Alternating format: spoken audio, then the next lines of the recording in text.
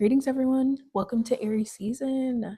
Happy New Year. Happy Astrology New Year. Happy birthday, Aries. It's my absolute favorite season of the year. It's like I was thinking about it while I was getting ready, and I was like, isn't your season your favorite season? Because you know how you're usually like, oh, like you're usually like, okay, my birthday season is my favorite season. But I was thinking about Aries season, and I thought about last year. I was like, I think this is my favorite season of the year. And then I was like, it is. Like, it really is. It's just fun, you know, Sag Sun here. So, obviously, the newness of Aries energy, do you guys feel this fresh fire in your life? It's lit, it's freedom. It's like you can be really like bold and like not get in trouble for it. You know what I'm saying?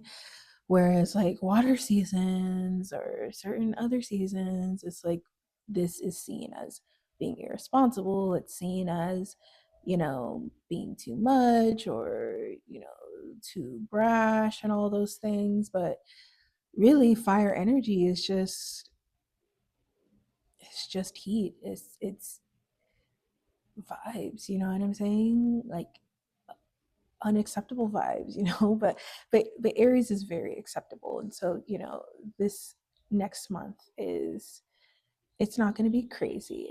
It is crazy because we're dealing with these retrogrades, but it's mostly just us feeling this fire beneath our asses again to like go in life and to move forward after Pisces energy just kind of holds us in like this. I think of Pisces as like this bubble when you're like kind of being cooked up, but like futuristic, right? Like, you know, like it's dealing with your subconscious and like letting you heal and giving you time and giving you vitamins and nutrients and things, but you can't really do anything yet. But you're like definitely alive, but you're kind of also in another world. Like that's what Pisces season feels like. You're dreaming. It's like you're literally asleep. And then Aries comes in and, you're awake. You're out of that bubble. And now you can go back out into your life and, if nothing else, just be strong again. The Seven of Wands. Maybe it's not fully about rushing to somewhere new, especially as we're dealing with these retrogrades. This is like the retrograde card right here for me. The Knight of Swords. Maybe it's not about rushing somewhere new, it's just about meeting the opportunities that you already have fully, meeting them fully and being able to see clearly what you're not doing or what you need to be doing to meet that opportunity fully. Venus and Mercury currently retrograde in Aries, bringing us this quick empowerment, education, awareness, self awareness.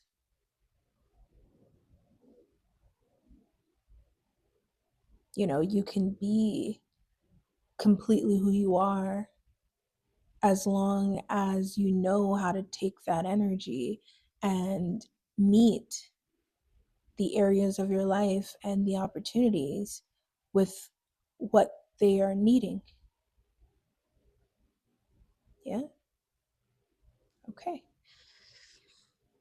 So, always hard to start new things during retrogrades, but if there is something or multiple things that you've been working on that have been on hold or you took a break from it, this is a great time to come back to it because all of that energy, instead of going out and seeking out new opportunities and new ventures, you can pick back up where you left off and shift some things around and kind of play with your capabilities, and also reconnect to the people who um, who are meant to like divinely meant to go through this journey of creation, of love, of family, of entrepreneurship, of um, friendship, uh, health journey, whatever, together, right? So, Aries season started March 20th and will run until April 19th, where the sun will then shift out of Aries and into Taurus. So, this is cardinal season. And so, yeah, this next month is all about pushing back out into the world with a fresh energy and a fresh sense of self. And it's like, okay, yeah, all of that sounds really great. um, but this Mercury retrograde and this Venus retrograde is like kind of difficult to deal with. Like, there's information coming back that I really would rather not think about. There are relationships coming back into my conscious mind or even into my physical space that I would rather not deal with or think about. As much as it's great that these opportunities are back on my plate, like there are also some other just things that I've walked into where I probably shouldn't have, or maybe I wasn't as prepared, or whatever the situation was. I find myself back face to face with those things, and they're taking up a lot of energy in my space. And then during the season, Venus and Mercury retrograde are going to shift back into Pisces. And so if it wasn't enough to just be able to see these unwanted situations over and over and over, now you're going to have to go back into the feelings about them again. And it's like, no, I get it. I get it. It's like, you want me to just think about winning and you want me to just move forward in this winning way, but these situations are just still here. But the Six of Wands is a very loud card, as much as it's about public success and showing yourself in a very, winning way, right? You want these people, you want these situations to see you as, I'm on top, right? That's great and all. And feel free to continue to feed into that. I do agree with dressing for success daily. You're not going to catch me slipping, inshallah. You will not catch me not pulled together, right? But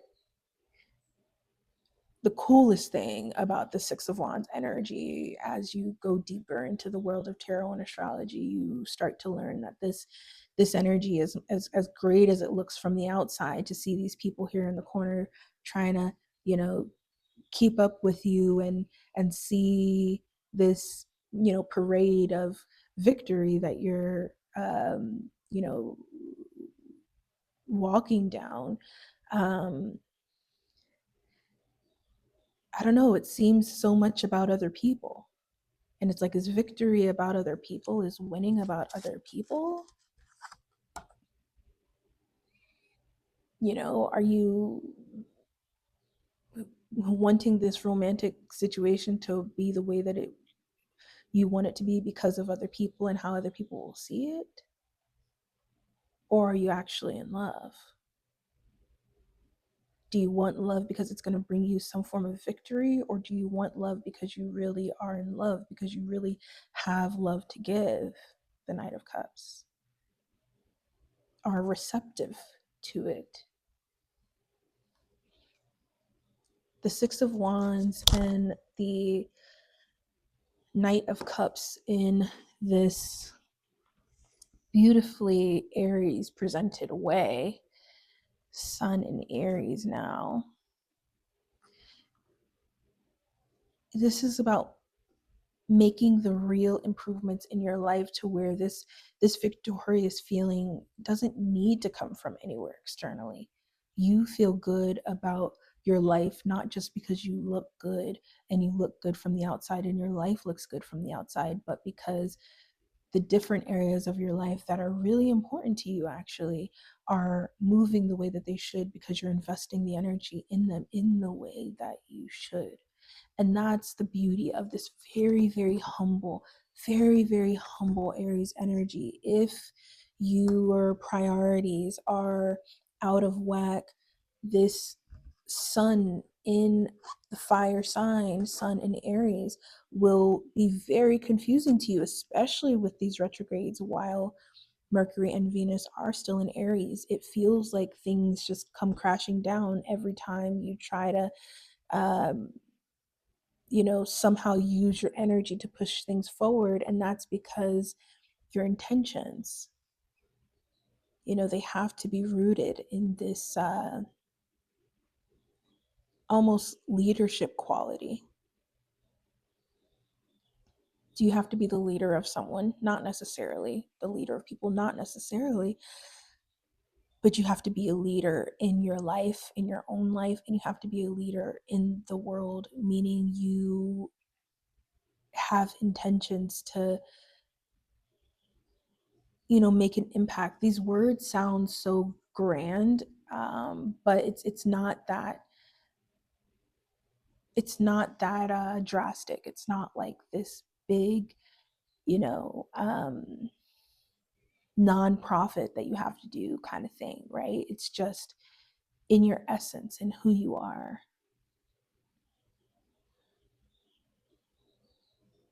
in the most basic simple moments. It's Aries energy is, it's very humbling. It's the simplest form of life. It's the very beginning even of life.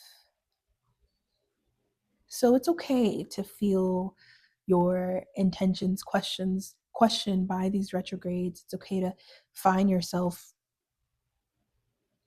you know rolling around in things that you thought were going to flourish, but really they just crumble because the basics of movement, weren't right.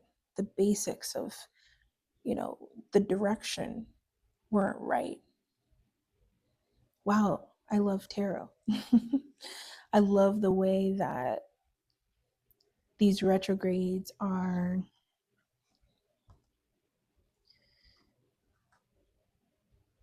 pushing us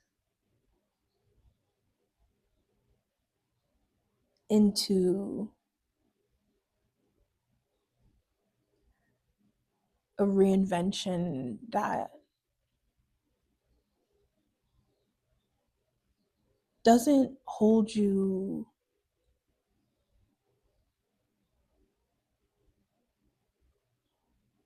it doesn't punish you for being off. It just gives you this fresh opportunity. The cards are so funny because there's like this incredible card, and then the next card after is like, it's like, a sad card. It's like it's all in these retrogrades. It's all in Mars and Cancer. Um,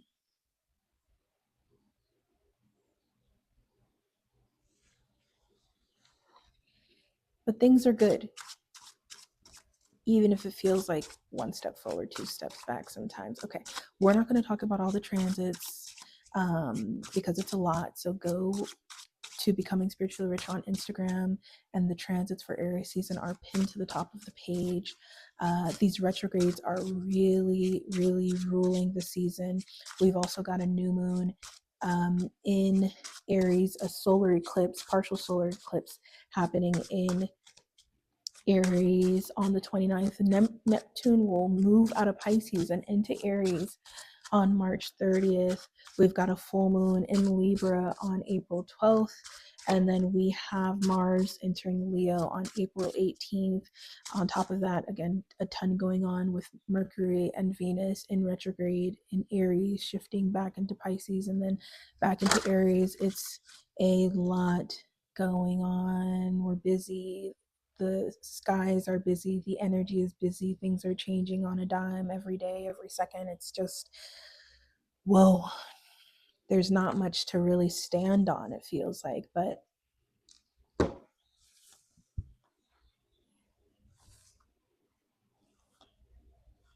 this energy really isn't about groundedness. It's about, floating back into the world and knowing that you'll be caught, your people will catch you because you deserve that. Every human deserves that as a basic right to be wanted, a part of.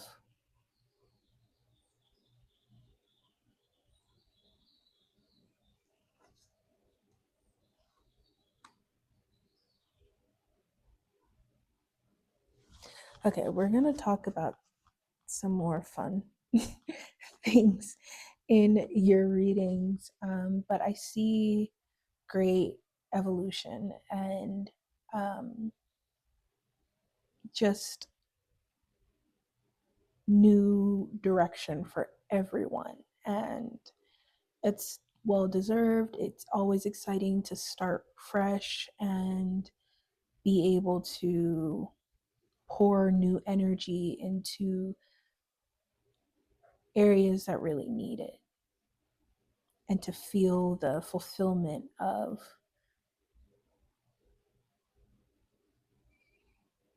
and the sweetness,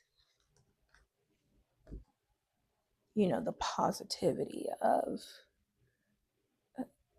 that investment. Okay, guys, I love you. Sending you so much love for Aries season.